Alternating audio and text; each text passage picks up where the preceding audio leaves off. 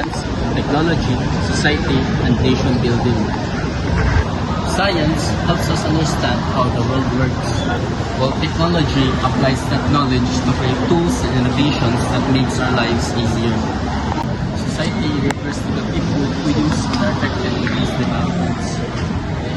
When science and education are used properly, they improve important areas such as education, healthcare, communication, and the economy.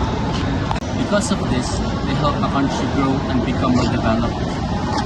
In conclusion, science and technology support society, and together, they play a very important role in building a better and stronger nation, and that would be all. Thank you.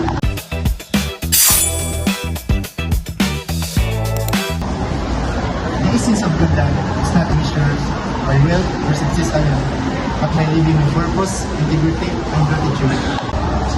A meaningful life is built through kindness, strong relationships, great ability to grow from challenges. True happiness comes from appreciating simple moments and making a positive impact on others. In the end, a good life is a life that lives with meaning and compassion.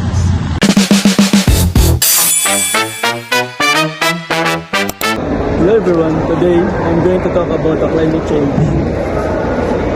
So, climate change is the long-term Earth's temperature and weather patterns. Human activities such as pollution, deforestation, and burning fossil fuels are major causes of this problem. Because of climate change, we experience stronger storms, extreme heat, floods, and rising sea levels.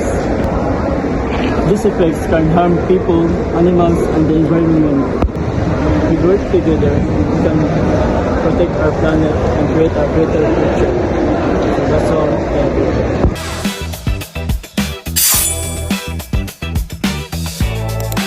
Biodiversity is the variety of living things on Earth, like animals, plants, and microorganisms. It keeps our environment balanced by providing us clean air, water, food, and medicine. But because of pollution, deforestation, and climate change, biodiversity is being threatened, which also can affect human health and society. That's why protecting nature is important. By taking care of our environment, we can create a healthier and better society.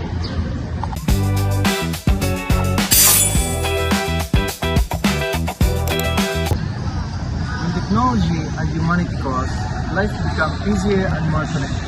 Technology helps us learn, communicate, and solve problems. But it also guided by kindness and responsibility. No matter how advanced the world becomes, humanity will always be the heart of the